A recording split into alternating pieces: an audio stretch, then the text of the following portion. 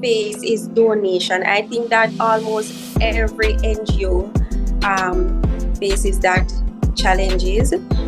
Sometimes the donations come in slow, and you know that we have to extend our dates to try to get in more donations to see if we could impact more people. That's just one of the main challenges. Hello, Jamaica. Hello, world. Thank you once again for joining me here on the Elevator Live podcast.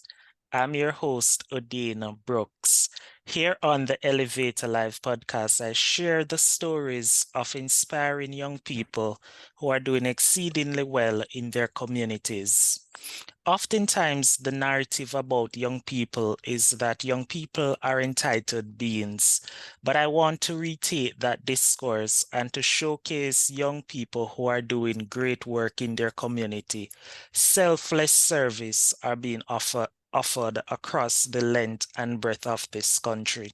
And I want this platform to demonstrate and to reflect those young individuals. For the last couple of weeks, I have been showcasing NGO leaders who are leading nonprofit organizations and who are having a significant impact across the country. So this week I have on the Elevator Live podcast Marcelle Jackson, and that's an interesting name, Marcelle. It is quite iconic because the soca artist Marcelle is one that is famously known. So I can expect that you're doing also great things. How are you doing? I'm doing well. Thank you for having me. It is my esteemed pleasure to have you to talk about what you are doing with MJ Foundation. So talk to our elevators a little about what your foundation do. How did it come about? All right, so I launched MJ Foundation December 23rd, 2020. How did MJ Foundation come about? All right, so I had some community members who assisted me with finances as it relates to traveling from Clarendon to Kingston on a daily basis. I'm from a single parent home, so my mom, she didn't have it that much. So when she was not able to give me lunch money, I had to run to my neighbor's house or to the shopkeeper to ask him for a fare to go to school so I could be able to complete college. So after completing college now, I decided that I wanted to give back to them to show them that I appreciated what they have done for me. I gave them some Christmas tokens, and from there on, I decided to continue to giving back because it's a very fulfilling feeling. And not only that, I found out that that is my purpose. So as long as I live, I just want to continue to use my God-given talents, yes, to bless others. Wow, that is quite selfless, and it is highly commendable that you have sought to give back in this way. So can you share with us a little of some of the activities, the initiatives that your organization has undertaken up to this point? Okay, so our flagship project is like the back to school trip on a yearly basis, where we provide learning tools for students going back into the learning environment.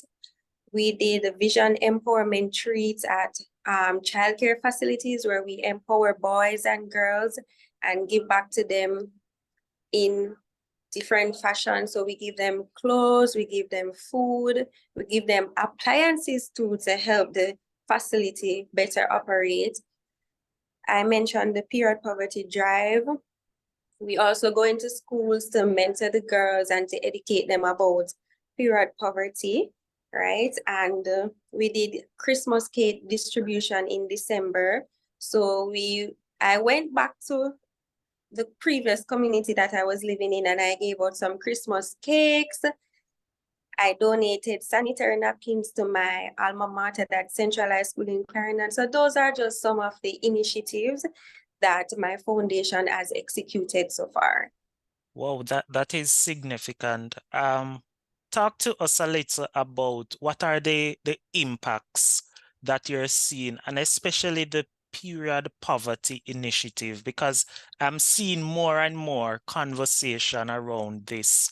Talk to us a little about that initiative and why it is significant. All right, first I must say that MJ Foundation is making great impacts. All right, you know that back then persons never really usually give back to their community, especially young people. It's kind of like volunteerism, so most young persons are not into it. But when young persons see other young persons giving back like me, they become motivated. So you have more and more young people asking me every day, oh, they can join MJ Foundation, right? And that shows me how impactful our my projects are, you know. So that's the impact we're making, touching lives. As it relates to the period poverty drive, all right, you know, period poverty is still a big issue. And you have had jodi-ann on your Yes. podcast. So we are partnering together. So 44% of girls suffer from period poverty. That's still a issue in Jamaica, and we want to contribute to the fight against period poverty. Some young girls are still not educated about it, right? Some young girls still don't know how to put on a pad or, you know, where to go to get a pad. So hence why we are contributing to, you know, educating more young girls about it. Wow, that is significant. And why I say it's significant, oftentimes in mainstream media, we don't hear much of this kind of conversation. It's kept a bit hush hush. And so it's quite impressive that an organization like yours can be embarking on work in this area. So we have just spoken about the successes. I'm sure there are a lot of challenges. Talk to us a little about the common challenges that you face. All right, as for MJ Foundation, the common challenges we face is donation. I think that almost every NGO faces that challenges. Sometimes the donations come in slow, and you know that we have to extend our dates to try to get in more donations to see if we could impact more people. That's just one of the main challenges we have as a foundation. Not much I can think about. Okay, and I would imagine that just that challenge defeats the entire hope and aspirations of what you want to achieve as an organization. And so I Well, would Odane, all right, the thing is, whatever we get, we try to make it work. So if we are trying to get 50 pads and Mhm. we are going to distribute the 10 because at least we would have still helped someone, right? So if we cannot reach a target, we will still go ahead and execute our project because sometimes it's the smallest amount that makes the biggest impact. And that's a good way of looking at it. So kudos to you there. Yes. So in in the COVID pandemic, and we are now it is now behind us. How would that have affected your general inflows in terms of donations? All right, so you know it's COVID-19 and persons are getting laid off their jobs. So you know we might have one or two friends or donors who would normally give like a 10,000 or a 13,000. They Mm-hmm. may have lost their job. So you know that this time them cannot donate again and you can't complain with them because of the pandemic. So you know that would have had less donations coming in. So that's how it might have affected MJ Foundation, but we still went out, protected ourselves, and did our back to school drive, and it was a successful one, even though the donations were not as much, but we made it work. Awesome, awesome. Earlier, you made the point of me having Jodi-ann on the program previously from Afiwi Future. Talk to us a little about the importance of collaboration for your organization. Why are these collaborations so important? Okay, I think that when you collaborate with each other, you learn from each other. I think that you build your own foundation by collaborating with each other, right? So it's just basically the power of networking, and you might have more donations coming in and the impact might be greater. So collaborating, the impact will definitely be greater. So it's a positive thing to do. Absolutely. Mm. So at this point, I want to hear your views on hopelessness among young people. A lot of young people, they languish in their communities. They feel a sense that there is no better tomorrow. What would you say to those young individuals at this point? I would say to them, just find one person who you think is inspirational. It can be a doctor, a teacher, someone who you think is a good role model. Go to them, talk to them, tell them about your ideas, try to see if they can become your mentor. And from there on, I'm sure that there will be hope, because I know that inspirational persons, they only say positive things to people. So I know that they will now become hope for them. So I think that once they reach out to someone who they think is of sound character and everything, they will be fine. Awesome, awesome. Talk to us a little about the vision that you have for MJ Foundation. Where do you see the organization in, say, 5 years from now? All right, 5 years from now, my organization, I think it will make big waves in Jamaica. I think that we will impact a lot of persons. I think I see it internationally as well. So that's where I want to take it in the next 5 years internationally. So I will not just be giving back to persons in my country, but I want to give back to persons all over the world. Wow, that's massive. That's a massive And it will happen. It will happen. it will happen in the name of Jesus. It will happen. And that's quite commendable that you have that outward vision. So that is quite good. But earlier you made the point that the organization emerged out of your own journey, based on individuals who would have assisted you up to this point. Do you think that there still exists those what I would describe as genuine care for people that still exists within the society? Because not often I would see that somebody who would have gotten help is paying it forward and is helping others in the process.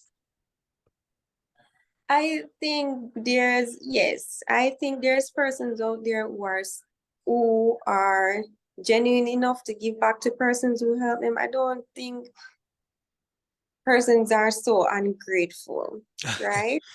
Yes, seriously. So I do think persons are giving back to persons who help them. I can't recall of a recent news, but I know that there is somebody out there giving back to somebody who helped them. So that, because if the persons in my community didn't help me, I wouldn't realize my true purpose. Mm-hmm. Yeah. I- So of In, course I do. indeed. Mhm. Um, So I want to better understand the size and the composition of your organization. So how many members do you have? All right, there are currently 8 female members. 8. What you said female members, was it deliberate to have only female members? No, it's not deliberate, but you know, with me, I choose persons who I know that can uplift the foundation. Mm-hmm. Not come there to say, oh, I'm a part of the foundation. No, I choose persons who I know that can contribute to the growth of the foundation. You notice that I said 8 members. I'm not going to take this load of people and it will drag it down. I want persons who can keep the foundation sailing. Understood, understood.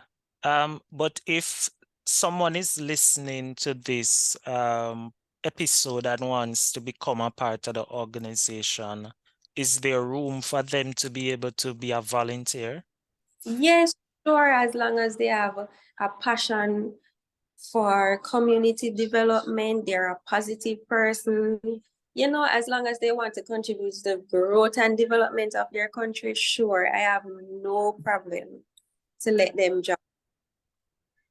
Awesome, awesome. So if anyone listening, if you're interested in joining, you can always reach out to MJ Foundation on Instagram to become a part of this change movement.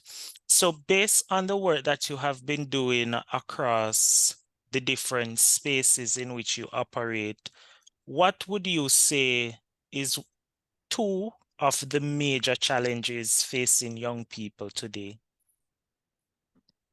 2 major challenges. Wow. If two is a challenge, just stick to one.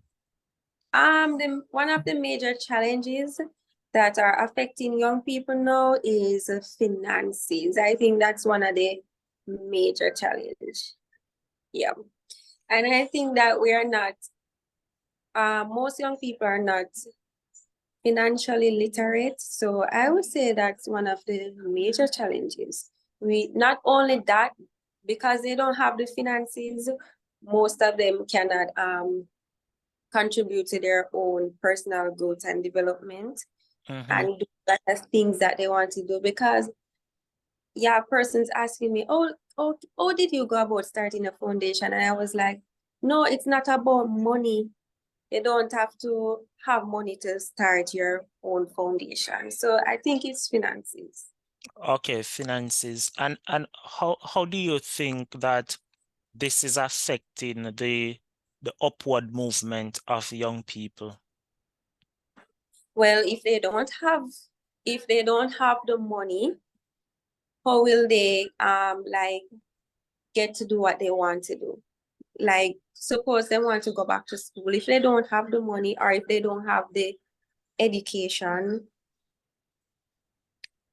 just I would say that it's just the money part, right? If them don't have, Mhm. them can't go back to school. Absolutely. The resources is a major Mm-hmm. challenge. So Oh, seg that's heard that today persons can go to heart yeah, without paying any money. That's absolutely. a big relief now. Oh yeah, that's Yeah. a good development because a lot of persons knew that some programs you could have entered without necessarily paying anything, but there were still a lot of programs that had some administrative fee or something that is attached. And many young people still could not afford those. So that development is a positive one. Is So a one. So if they were having financial challenges as it relates to going back to school, as of April 1st, now they can go out and contribute to self and to their education and, try get a job to kind of become relief from the financial challenges. absolutely. So given that we just came off the challenge What do you Mm. think is something direct that governments and other stakeholders could do to assist in this process? As it relates to financial challenges? Yes, or any other challenge that young people might be facing. Okay, so I know that in each parish you have a constituency. So I think that they can like develop some fund for young people as it relates to them wanting to pursue their dreams. So they Yes. their ministers ask them for some funds to, do what they would like to do as long as it's something beneficial to them. Ah, awesome. So as we get to the end of this episode, what would you want to leave with our listeners, our viewers out there when they think of MJ Foundation? What do you want them to remember? Impact. MJ Foundation is all about impact. So viewers, whenever we are whenever we are doing an initiative, we're asking for your donations. We're asking that you come on board and support us. Yep. So yeah, that's all I'm asking, just for the support. Even if it's by sharing the flyers, that would be greatly appreciated. Awesome. And how can they get in contact with you? All right, so they can find us on Instagram at MJ__foundation. Awesome. That's a pretty good point to end this episode. And it was great having you, Marcelle Jackson. Yeah, Um, get yeah, used to it soon. You see? yeah. Yes, I'm very cautious because whenever I see it, I just cannot associate it with a female. Yeah. So, so I'm approaching it very I cautiously. will get to meet in person soon too. Yeah, man, most definitely. Because I'm an IBI ambassador and so am I. Oh, nice, nice. Yeah.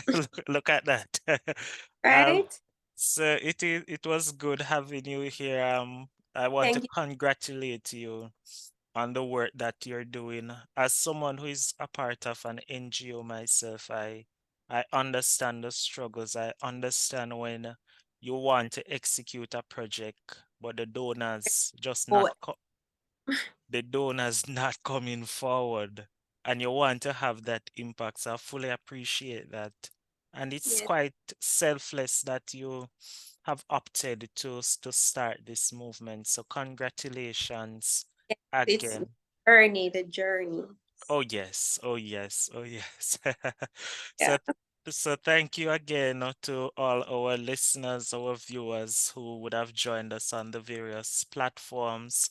This has been another episode of the Elevator Life podcast. Here on the Elevator Life podcast, I showcase young people who are doing exceedingly well in their community.